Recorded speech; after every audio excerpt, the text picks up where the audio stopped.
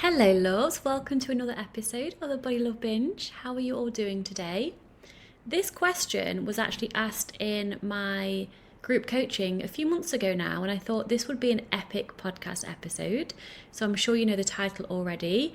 Is unrestricted eating different to intuitive eating? Or it might have read the other way around, whatever. I've not actually created the title yet. I'm just recording first. Or said it in a different way, is unrestricted eating different to intuitive eating? The answer is no, in short, but it's a podcast, so I can't just be like, the answer's no, bye. I need to I need to elaborate on it a little bit more. So unrestricted eating is for life. I've done a podcast episode with the lovely Lithia Sarah talking about this. But there are a few differences or maybe some biases for each one, so I want to break them down. And I'm totally free reigning here. I have 0 bullet points, 0 notes. I'm just going to ramble, which will be a valuable ramble, but I'm still going to ramble, so bear with me. Let me start off with what unrestricted eating is. Unrestricted eating is what it says on the tin, eating unrestrictedly, with no restrictions or moderations or waiting until or any little rules or any micromanaging or anything like that. It's complete, total freedom around food, completely unrestricted eating. And at the beginning of recovery, and that goes for whether you're recovering from binge eating, anorexia, bulimia, orthorexia, whatever it is, with the right foundation in place to enable you to get to a place of unrestricted eating, it will look very chaotic. In all honesty, it can look very chaotic. It can look like a shitload of food, especially processed foods. It can look like, and it is, a rebellion actually against all the past restriction that you've done. It's a rebellion against all the restriction that you've thought about doing, and whether you've done it or not, it's still in your psyche. It's a fuck you to the rules. It's a fuck you to restriction. Whereas intuitive eating is more of a fuck yes to yourself. I'll explain more of that in a moment. But that's a quote, isn't it? Unrestricted eating is a fuck you to restriction. No, wait. Yeah, that was right, wasn't it? Unrestricted eating is a fuck you to restriction. It's a rebellion. And intuitive eating is a fuck yes to yourself. So I hope that this video magic created a reel out of that, because I love that quote that I've just created. Anyway, going back to unrestricted eating, it really is a rebellion, like I said, probably for the 5th time now. It's a rebellion of all the past restriction you've done, all the restriction you've thought about doing, all the restriction that is all around us in diet culture and in society, and a fuck you to the restriction that might be in your psyche in the future because you're afraid of weight gain, so therefore you still feel like someday you might have to restrict. No. Unrestricted eating is for life, and it looks like, I feel like I'm repeating myself here, but this is what I do, this is what happens when I have no bullet points to rein me in. It looks like eating exactly what you want, when you want, however much you want, and that's it. Intuitive eating is the same. However, like I just said with my quote, it's less of a rebellion, it's less of the fuck it to restriction, and it's more of a, do you know what, I'm going to just tune in to what I need and want right now. And unrestricted eating is that too, but intuitive eating is less of a reaction to the rebellion of the restriction. You getting my drift? I've repeated myself a lot now. So in terms of intuitive eating being different, it is worth noting actually that the intuitive eating guidelines I don't like, because there's one of the guidelines which says something like, don't eat emotionally, only eat when you're hungry, physically hungry. And that's also restriction, in my opinion. If you're trying to eat in moderation, if you're trying to not eat emotionally, when you know you're not physically hungry but you want to eat emotionally, you're gonna rebel against it. And that's not true freedom if you ask me. So I used to turn the intuitive eating analogy into like another diet. I would use I'll intuitively eat today, but if I ate past fullness, if I ate out of emotion and not out of physical hunger, then I thought I'd quote unquote ruined intuitive eating that day. I would press the fuck it button, binge in reaction to trying to eat intuitively and failing, and starting again tomorrow. So that's why I'm not an intuitive eating coach, because intuitive eating can be very much diet mentality, whereas true freedom and I like to call intuitive eating intuition eating. That is eating whatever you want, when you want, however much you want, like unrestricted eating, but it's less of a rebellion against the restriction because you've done all that. By the way, 99.9% of people have to go through the rebellion of unrestricted eating in order to reach intuition eating. So I'm replacing intuitive eating with intuition eating because that feels more aligned for me. You just have to go through that stage. And like I say, I want to make it clear, unrestricted eating is for life, but it naturally shifts to intuition eating. So I'll talk about my personal story because I find that just so much easier to share, and it's very relatable, I've been told. When I first decided to start true recovery, my story, if you don't know me by now, I had anorexia as a teenager and very young adult. That morphed into the standard binge restrict purge cycle because I hadn't fully recovered from anorexia. I was just told that I weight restored, and so I was fine, and I was not fucking fine. Everyone else around me thought I was fine, and that was even worse because I was still very much suffering inside. So the anorexia morphed into a bigger body, yes, but it was the diet, it was the restrict binge purge cycle. So I had kind of weight restored a little bit, 3/4 of the way, during this cycle of binge eating and restricting and purging. Where was I even going with this? Oh yeah. So when I was 30, I'm 38 on Monday. This is going to be out literally a few days after my birthday. Happy days. Anyway, where was I even going with this again, Victoria? Come on, rein yourself back in. Oh yeah, the start of my recovery when I was 30, I was 3/4 of the way weight restored. I was binging, but then I was restricting and purging. So when I started that true food freedom journey, I rebelled like a trooper.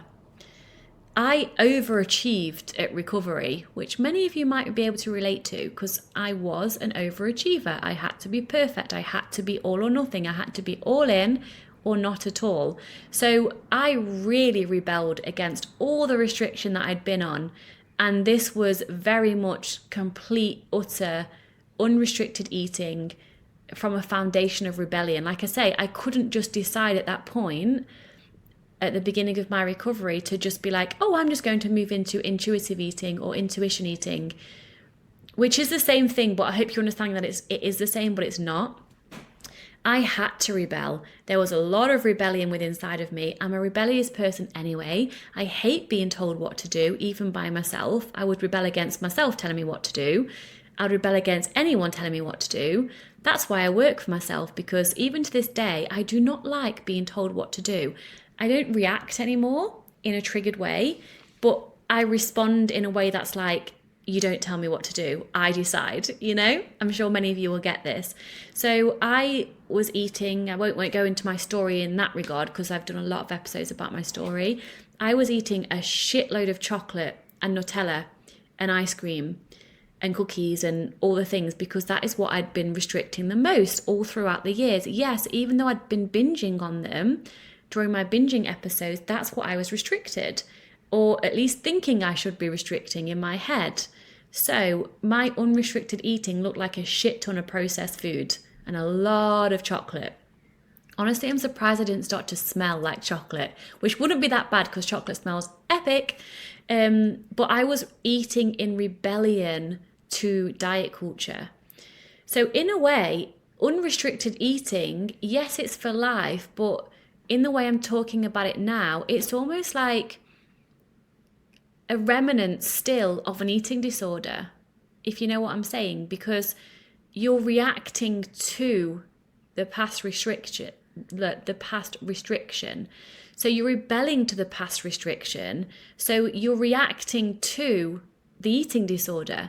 You were still reacting to diet culture. Whereas true intuition eating, you're not reacting anymore. You're not rebelling anymore. You've got all of that out your system and you've come back home to yourself. You're at peace.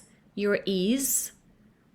And that's when you really get to tune into yourself. So let me just finish talking about complete unrestricted eating. It looked like a lot of chocolate, like I said, a lot of drinking Nutella out of the jar. Those of you that know me by now, you would know that story. Many times I've told it. It would look like allowing all foods and thinking that I'd paid my coach thousands to tell me it was okay to binge eat. And I was fucking pissed, I tell you that. That was a lot of swear words in one go. Sorry about that. Sorry, not sorry. But I moved through it. I kept allowing. I kept rebelling against the past restriction. I was eating in freedom. I was allowing everything. I worked a lot on my mental restriction, thinking like I was working on letting go of the thoughts of this can't be healthy. This amount of chocolate, like I think I'm going to give myself diabetes or Alzheimer's or something because this can't be good. I worked through all of that and then was truly in freedom. However, it wasn't true freedom because I was still rebelling a little bit to the past version of me that had restricted. I was protecting my recovery so fiercely, which is a good thing. I was still acting though as if I'd still had an eating disorder. Do you see what I'm saying? And I own that as part of my story. I own that as part of my power. But still having a little bit of rebellion vibes in how I was choosing to eat was still me choosing to have the eating disorder and the past restriction in my psyche somewhere, not just as my past that I own as part of my story. Does this make sense? I hope so. It makes sense to me. So then I moved to intuition eating, which for me, I had to go through that rebellion eating first, honestly. I couldn't just get to the intuitive eating stage. So now I'm at peace. I'm no longer rebelling to the past restriction because I'm not restricting. I'm not thinking about restricting. I don't think I should restrict. I know I'm not going to restrict in the future, which is key. My body, my psyche, my soul fully trusts and knows that I am never going to restrict again. That is very key.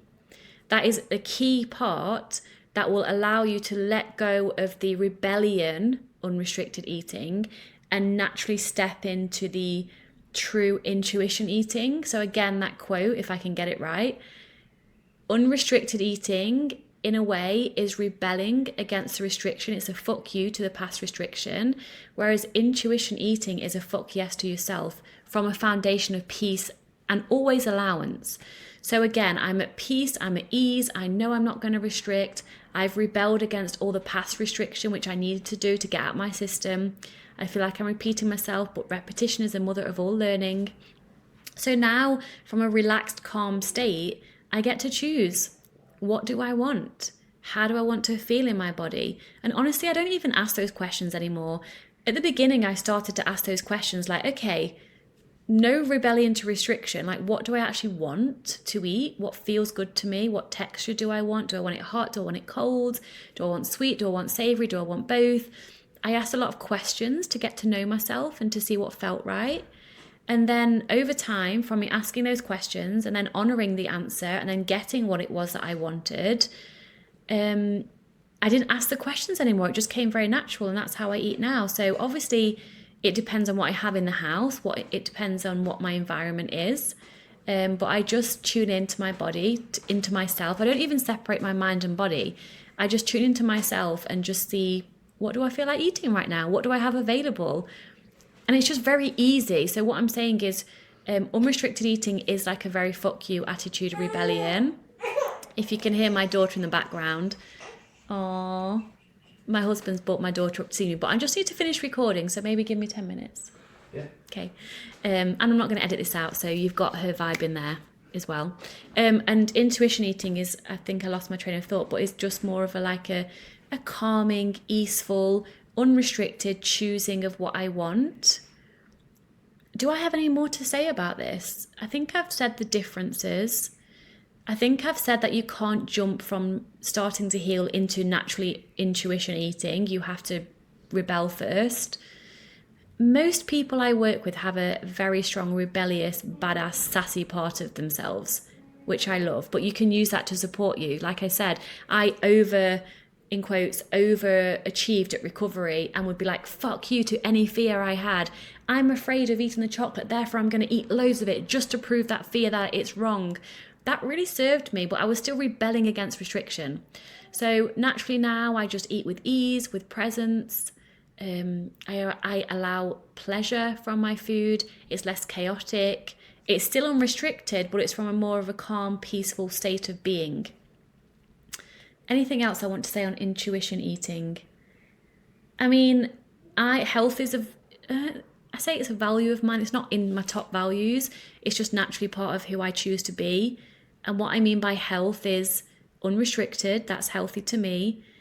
Tuning into how I want to feel, not restricting sugar, not restricting anything like that, but just tuning into my body. It's hard to describe. It's because I just get a sense of what I want and what I need. And sometimes, you know what? Really interesting lately. So I'm breastfeeding, so I'm more hungry than I was before pregnancy. If I don't have chocolate in the house now because I've ate it all and I can't be arsed, or to be honest, let me rephrase that. It's not can't be arsed. It's literally cannot physically leave the house with my baby. Well, I could probably put her in the car. Yeah, I'm not doing that. So I have less time now to get stuff. I mean, thank God we have an app called Flink over in the Netherlands. And it's this thing that this app you go on, it just like literally delivers to your door whatever you want. It's basically a person doing your supermarket shopping for you in an hour. That's really cool. So I use that a lot to bring me chocolate. But if I haven't got that chocolate, let's say last night I didn't have any, this morning I'm so hungry and I've probably eaten, not that we talk about calories, but it's really interesting, I've probably eaten last night's chocolate calorie that I would have had if I had it in the house already this morning, because my body wants and needs that. It's just really interesting to witness. Like, if I don't physically have it in my environment, my body's getting the calories from somewhere anyway, because that's what it needs. So yeah, intuition eating is easy, it's peaceful, it's not in reaction to past restriction, it's true freedom because you're not reacting to any kind of restriction, it's not a rebellion, it's just a fuck yes to yourself, fuck yes to deep connection to yourself. What do I want? What do I need? What feels good? Honouring that without moderation and just being at peace. Yeah. So, in answer to the question, is unrestricted eating the same as intuitive eating? Yes and no. I'll leave you with that. If you haven't already, I would love to have you in my free support group. There's an option to be coached by me every month. There's a shitload of past coaching call recordings in there as well, all for free, workshops and things like that. I'm in there weekly answering your questions directly. There's daily support. Get yourself in there if you haven't already. If you haven't voted, didn't mean the word vote. If you haven't rated my podcast 5 stars and left a review, please do so. I'd be so grateful. If you get so much from these podcasts, please give back. Oh my God, that sounded so cringe. You know what I mean? Just fucking rate my podcast 5 stars, please. Thank you. And if you're YouTubing it, do the thumbs up and subscribe and all of that jazz, because it really helps me get this message that I give with such fierce love for free to other people that need it. So rate me, review me. If you want to work with me, there is a wait list for one-to-one, but actually there's 2 clients finishing in the next 3 weeks. So let me know and we can get on a consultation call and we can discuss your goals and things anyway for one-to-one coaching. And if you don't want one-to-one, or if it's not available for you in terms of your financial situation, my group coaching is where it's at. That's the second best option. Check out the episode, I think it was last week's episode when this is released, with Susie and Christina, who are ladies in their 60s who are fully recovered. Well, I think Christina said she's 99.999% recovered. And that was just all within the group coaching. So, it doesn't have to be one-to-one. Get yourself in there too if it feels aligned. Any questions for the podcast, email me, victoria@victoriakleinsman.com. I've got a new website launching I've got a new website launching soon. I'm so excited about it. So yeah, much love. Anything else I want to say? No, I'm going to go to my daughter now, who is called Koa, Koa. You might know that, and if you don't, now you do. Okay, love you loads, bye.